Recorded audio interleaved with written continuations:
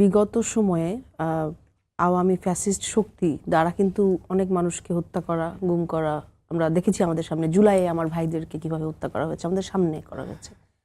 এবং এই পরবর্তী সময়ে প্রত্যেকের একটা আকাঙ্ক্ষা, যেটা হচ্ছে আমাদের একটা গণতান্ত্রিক রাষ্ট্র ব্যবস্থা দরকার, যেটার পরিপ্রেক্ষিতেই নির্বাচন। যখন তফসিল ঘোষণা হলো আপনারা দেখলেন সারা দেশে মানুষের ঢল নেমেছিল যে সেই পথে প্রথম পদক্ষেপ স্টেপটা আমরা নিয়েছি। এবং এই যে নির্বাচনকে ঘিরে এত পরিকল্পনা, সেই ক্ষেত্রে অংশগ্রহণ করেছে কারা? হাদির মতো, আমাদের মতো যারা, এবং আপনারা বিভিন্ন গণতান্ত্রিক ব্যবস্থায় যারা আছেন রাজনৈতিক দলের সেই নেতৃবৃন্দ অংশগ্রহণ করতে যাচ্ছেন। সেখানে আমাদের নতুন তরুণ প্রজন্মের এনসিপিও আছে।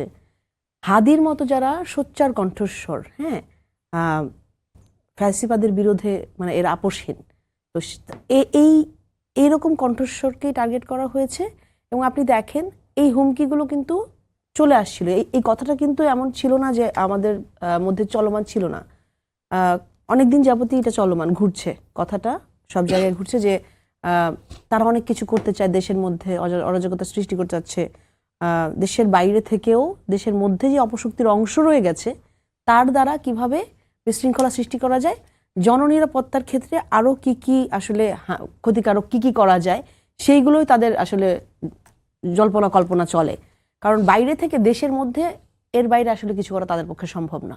এবং তাদের একটা বক্তব্য আছে, নির্বাচন হতে দেয়া হবে না। তো আমার মনে হয় হাদি হচ্ছে আমাদের জন্য যে ইনসাফের প্রতীক, এবং হাদিকে এই জন্যই টার্গেট করা হয়েছে যে নতুন কণ্ঠস্বর, জুলাই পরবর্তীতে আমরা হাদি আমাদের জন্য প্রতীক, নতুন বাংলাদেশ গড়ার জন্য।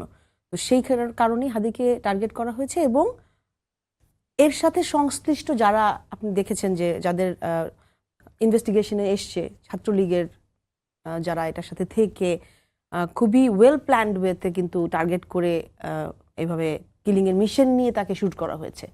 তো এইটাকে আমরা আসলে আওয়ামী লীগ থেকে আলাদা করতে পারিনি, এবং সংশ্লিষ্টতা ওখানে আসলেই চলে আসে।